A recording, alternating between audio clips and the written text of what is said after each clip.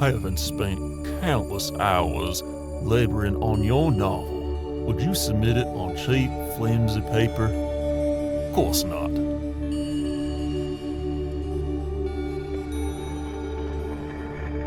Because a quality novel deserves quality paper.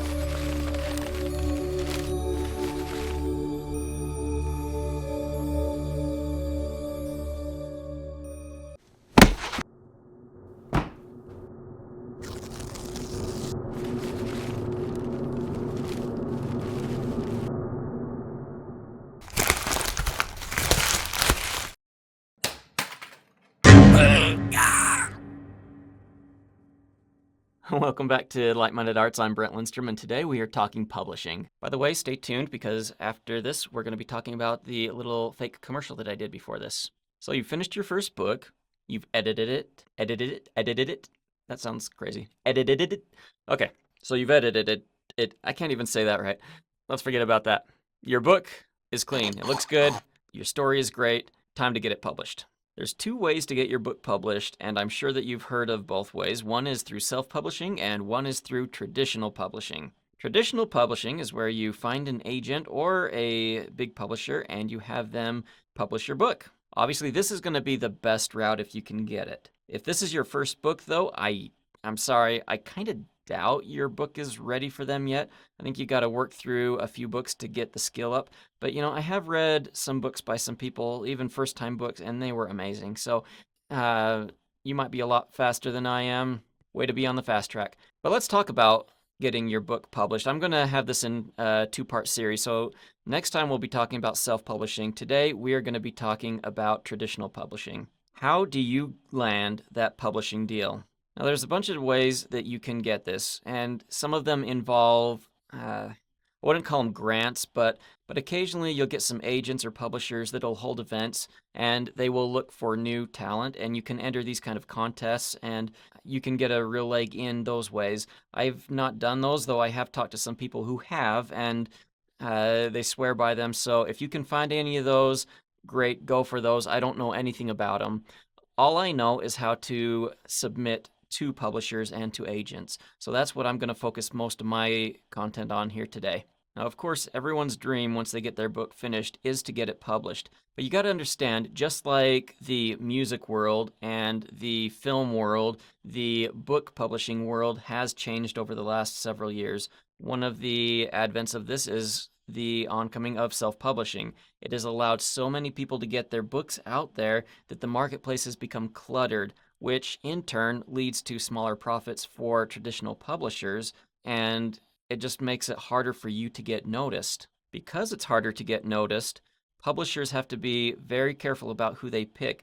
They're going to be a lot more risk-averse now than they might have been 20 years ago. But does this mean that you should not try to get your book published? I don't think so. I think you should still try at least, because if you can get a deal with an actual publisher, then you're going to be so much better off than if you go the self-publishing route. Now the first step to getting your book published through a traditional publisher is to have your book fully edited and polished till it is sparkly clean. Now you might ask me, don't the traditional publishers have in-house editors? Well, yes, they do, but those in-house editors do not work for you. They work for the publisher. It means that they're not going to take a look at your book when you submit it and say, oh, let's run this past our editor and see if we like them enough to publish them. No, what this means is if they've got an author they already like, they're going to use that editor to help make his book a little bit better, to sell it better, or once they've already accepted you, they're going to use their editor to change things that they think are a little bit more sellable.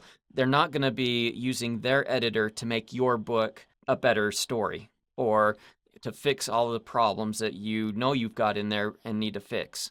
Because there are so many thousands and tens of thousands, maybe 50s of thousands, I don't know how many thousands of books are being published every year, whether self or by one of the big publishing houses.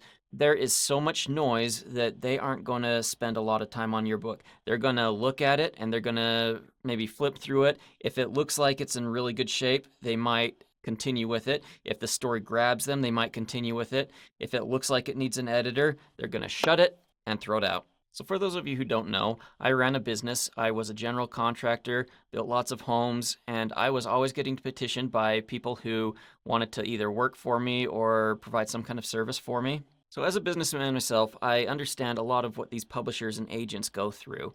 When I was building houses all year, every year, as a general contractor, I would get lots of people submitting things to me, services they wanted me to hire them for, or different things. There was always something going on. I was always busy. If they couldn't present it to me in a clear, concise way that I could understand and that I could completely buy onto right away, guess what? They were out of there. I didn't have time to learn everything I could about them and how much I just really liked them and clicked with them. No, I had to make quick decisions, and I had to make the best, well-informed decisions I could in any given moment. And a publisher is going to be the same way. They're going to be getting so many submissions all the time that they're just going to take a quick glance at your stuff. If it clicks with them, if they understand it, and it feels like a good fit right from the get-go, then they're probably going to go with you. If it doesn't, then they're not. Now, who do you find to send your stuff to? Now, there's a lot of places online. There's more all the time, resources that help you find the right people to send your stuff to. Certain publishers are going to accept submissions without an agent. Some publishers require an agent to submit. And finding your agents, well, shoot, you just got to find who's still accepting new clients. There's often going to be new agents, and they're always going to need to fill up their rosters. Older agents are probably going to have all the authors that they can handle. But this is a stage where you got to do some real digging, do some homework. You can open up some of your favorite books, see who represented who or who published who, and that can kind of get you started. But in the end, you're going to have to put together a big list. When I did this, I had to put together a list. I've made a spreadsheet, and I listed out all of the agents and all of the publishers that I wanted to send to, people who published in the genre that I was trying to get published in. Now, once you've got that list of people and their addresses on where to send stuff or their emails, when I was doing it, I had to send physical copies, physical letters to them. You don't just send your book to them. That is the wrong thing to do. They will not read it unless they actually say, send us your book, but usually they don't.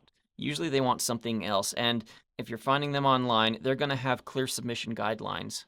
These guidelines are going to say, send a query letter, or send a query and a synopsis, or send a query synopsis and the first 10 pages of your book, or something to that effect. Each publisher and each agent is going to have their own format of how they want you to send these things. This makes it so that you can't send out a form query to all of the people on your list. You're going to have to personalize this to everyone you send it to. And I'll be honest, this takes a little bit of work. So anyhow, I've got my spreadsheet. I filled it out with all of the people that I wanted to send these to. Then I had another spot on that spreadsheet that labeled how they wanted the submissions sent to them.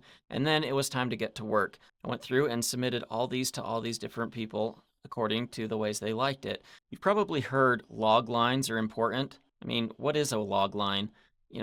A log line is a way for you to tell a little bit about this in the most concise way that you can. It goes back to remembering that these people are businessmen and businesswomen, and they need to know what you are all about, and they need to know it quick, and they need to be able to click with it immediately. And your stuff isn't going to click with everybody immediately. Even if it's really great stuff, they might not even be in the market for whatever it is you're writing. So you're going to send out a lot of custom mail and get back a lot of form responses. These are always going to be rejections. And the idea is that you're going to get at least one of them who is excited about your book. If they like what you queried them, they might ask for some pages, a couple of chapters, or they might ask for the whole book. This is great. It opens up the dialogue, and you can follow up with them, and you might have just landed the lottery. Now keep in mind, if you get an agent, it doesn't guarantee that you're going to get published, because if the agent liked it enough, they are going to start representing you and shopping it around. But just because they are shopping it around does not mean that a publisher is going to pick it up from them. It just gives you a more likelihood of getting accepted by them. Now, what might you be looking for in a deal if it actually starts coming to a deal?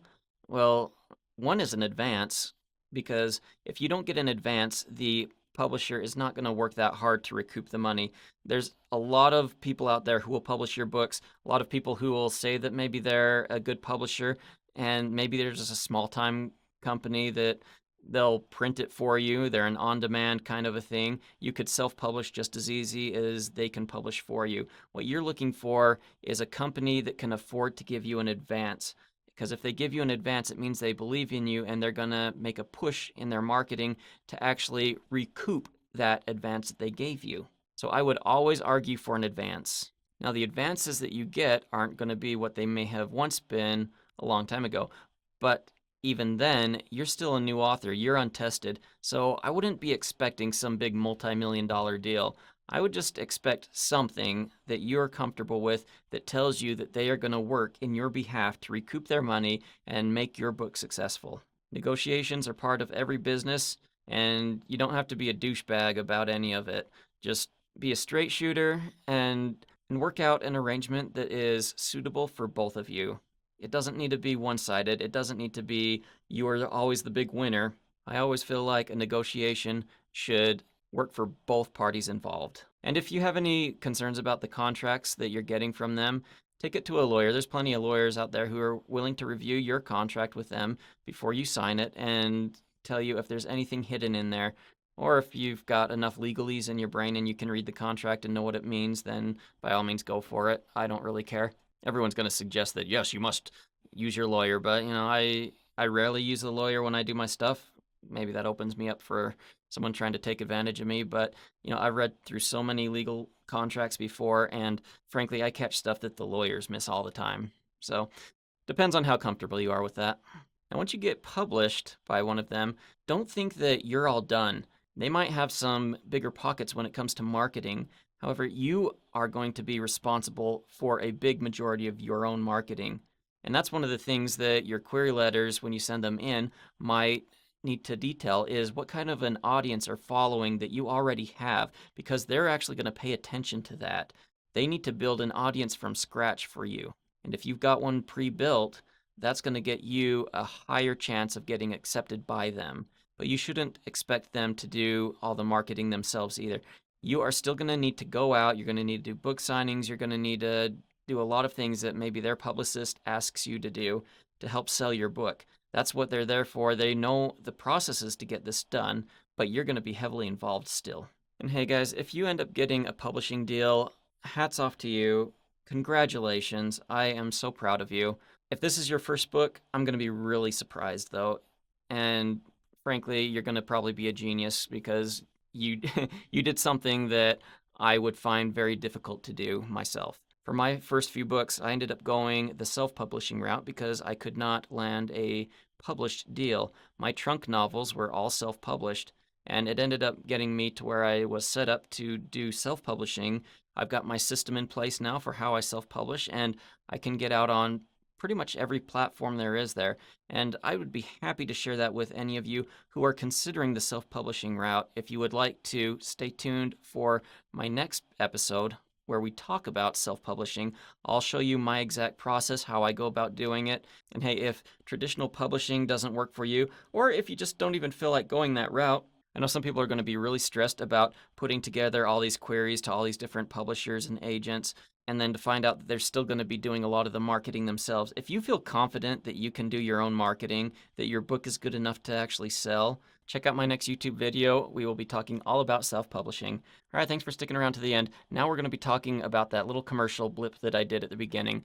All right, so the commercial that I did for Southworth Paper, obviously they did not sponsor this. I just was looking around in my house and thought, you know what, last time I tried going the traditional publishing route, I bought some nice fancy cotton paper so that I would look more professional.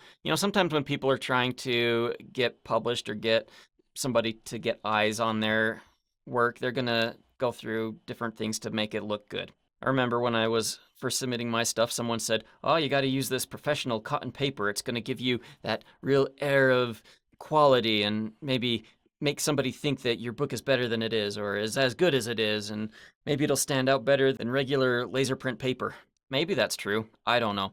There's a lot of people who do a lot of creative things to try to get their books noticed when they're submitting. Some will spray it with perfume to give it that nice romantic feel, or maybe they'll send it in some weird Christmas package that pops up and shoots glitter around. I don't know. You can get really goofy with your submissions, and I think that that's probably gonna annoy the the people you're submitting it to more than anything. Though, you're always hearing of people who actually succeeded doing something quirky like that.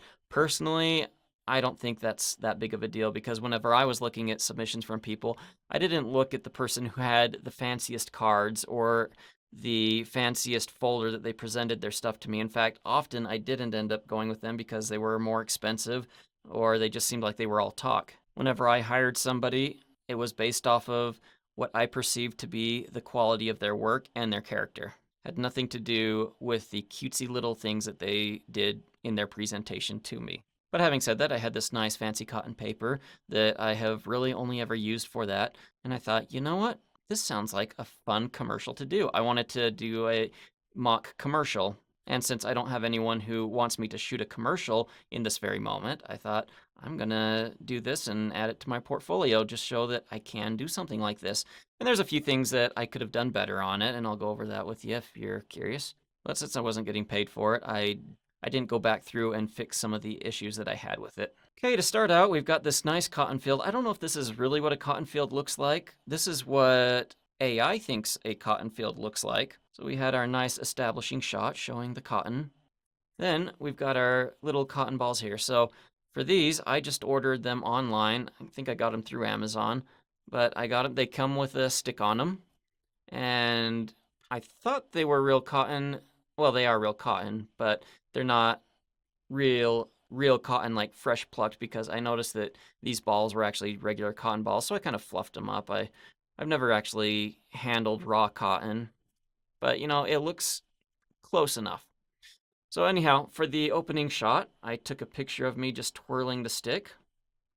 And this is one of the things that I would have done differently, because this stick, it's kind of hard to tell, but it is not perfectly straight and it's not entirely stiff.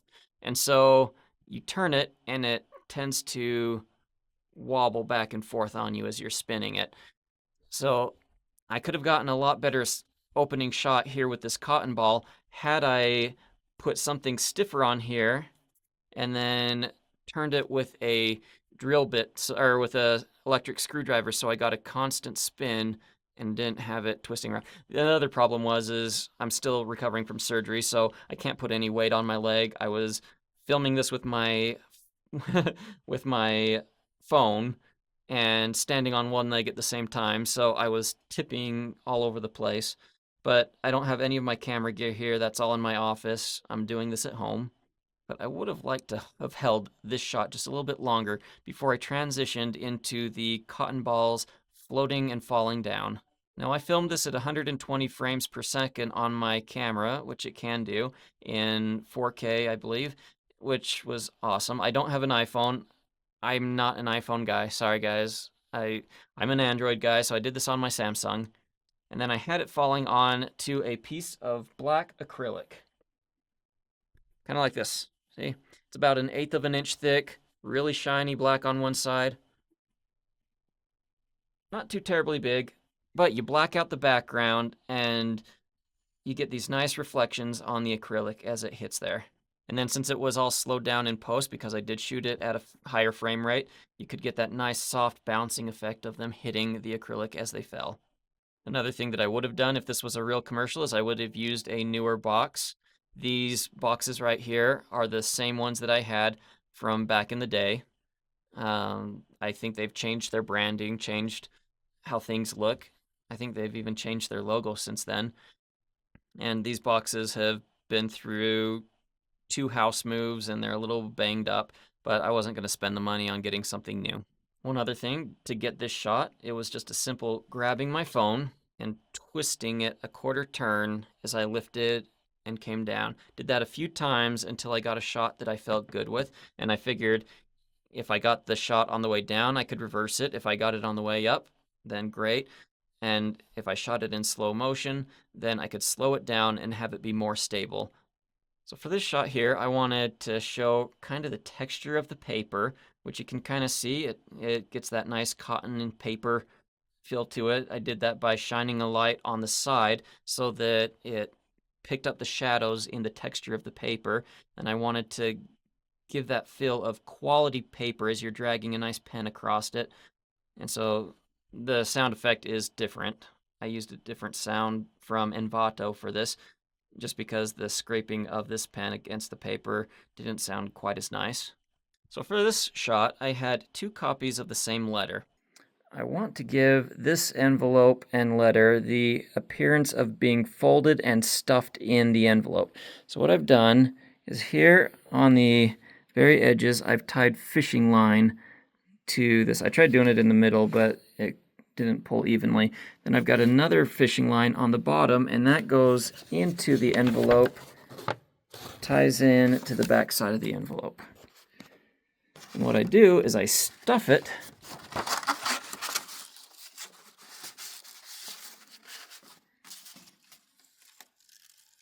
into there, just stuff it into there. Then I've got a little piece of double stick tape right there just to kind of hold it in place while I'm waiting. And then ideally, as I pull that, it's going to pull this out and unfold the letter as I go. And then I place the unfolded copy beneath that. Then I'll lift that off and I'll have a clean plate shot of the unfolded letter. Now, if I was doing this professionally for somebody, I would have taken a little bit more time. I would have made that a much steadier shot. I would have actually unfolded the letter on the table without having it go in and out of the envelope. I would have shot that in a few different sequences, basically, so that the paper, when it's folding up, looks a lot more smooth and gentle, and then I could have it slowly sliding into the envelope, and it would have looked a lot better. But like I said, this was for free. I was doing this in one day, trying to get through it as quick as I can. And then we have our fun little scene in the quote-unquote producer's office or agent's office, where he's getting so many submissions, and this is probably, in all reality, how quick they do go through your letter when you send it to them. Now, they might do one other step in between there, which is type in your address, or they might give it to somebody else, a secretary or something, and they will type in your address so that they can send you a form letter that says, sorry, your submission was not what we are looking for. At least that's about how quick I would have responded if I had been in their shoes, and I have been in their shoes, not in a publishing sense, but in a just a typical business situation. Unless they can see a clear benefit to their company by accepting your submission, you're just another solicitor out there. Now, if you are watching this and you work for one of those publishing companies and you think that things run a little bit differently, please, I would love to hear your thoughts in the comments below, because this is my take on how the process works. And if you can let us know from your standpoint, I would love to hear it. But for the most part, I believe that they are very busy people. They have a lot of submissions to go through. And if you're going to stand out, you need to have an amazing story and an amazing presentation, and very likely a good following already, so that you can stand out from the rest of the clutter. Anyhow, thank you for joining me today. I hope you enjoyed this little discussion about publishing. And like I said, stay tuned next time. We'll be talking about self-publishing. Don't forget to like and subscribe.